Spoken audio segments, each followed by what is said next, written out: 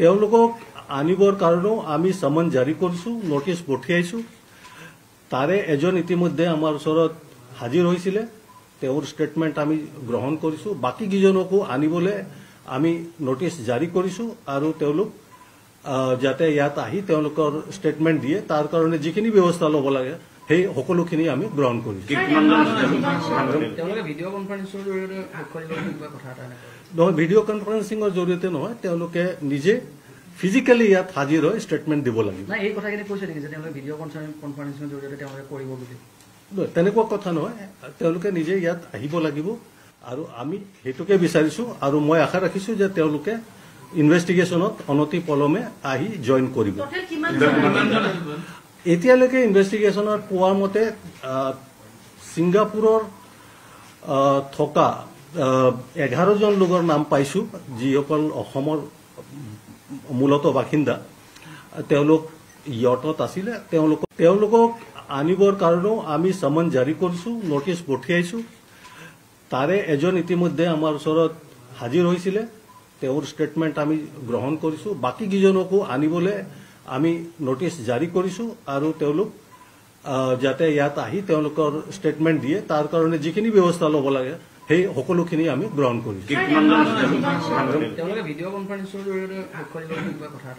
নহয়, ভিডিঅ' কনফাৰেন্সিঙৰ জৰিয়তে নহয়, তেওঁলোকে নিজে ফিজিকেলি ইয়াত হাজিৰ হৈ ষ্টেটমেণ্ট দিব লাগিব।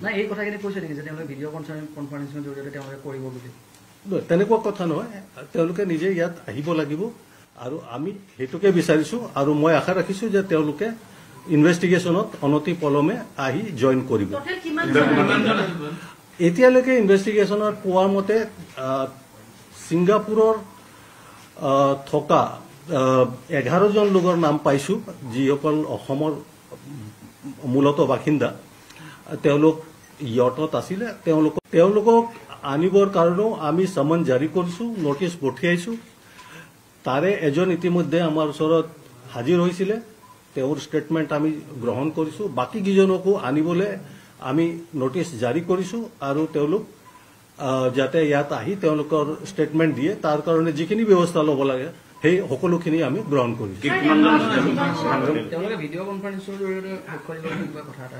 নহয়, ভিডিঅ' কনফাৰেন্সিঙৰ জৰিয়তে নহয়, তেওঁলোকে নিজে ফিজিকেলি ইয়াত হাজিৰ হৈ ষ্টেটমেণ্ট দিব লাগিব।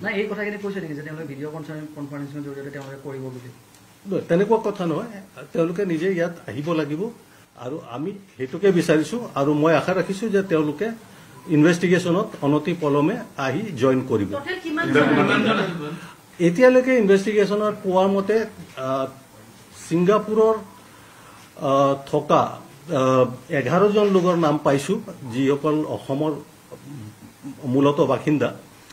তেওঁলোক ইয়টত আছিলে। তেওঁলোকক আনিবৰ কাৰণেও আমি সমন জাৰি কৰিছো, নোটিছ পঠিয়াইছো।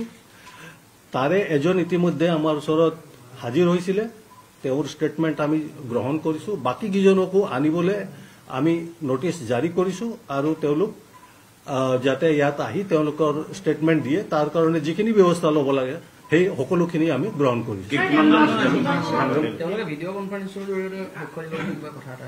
নহয়, ভিডিঅ' কনফাৰেন্সিঙৰ জৰিয়তে নহয়, তেওঁলোকে নিজে ফিজিকেলি ইয়াত হাজিৰ হৈ ষ্টেটমেণ্ট দিব লাগিব।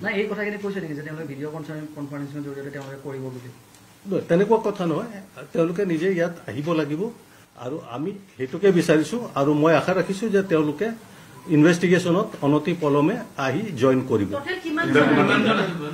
এতিয়ালৈকে ইনভেষ্টিগেশ্যনত পোৱা মতে ছিংগাপুৰৰ থকা 11জন লোকৰ নাম পাইছো, যিসকল অসমৰ মূলত বাসিন্দা। তেওঁলোক ইয়টত আছিলে।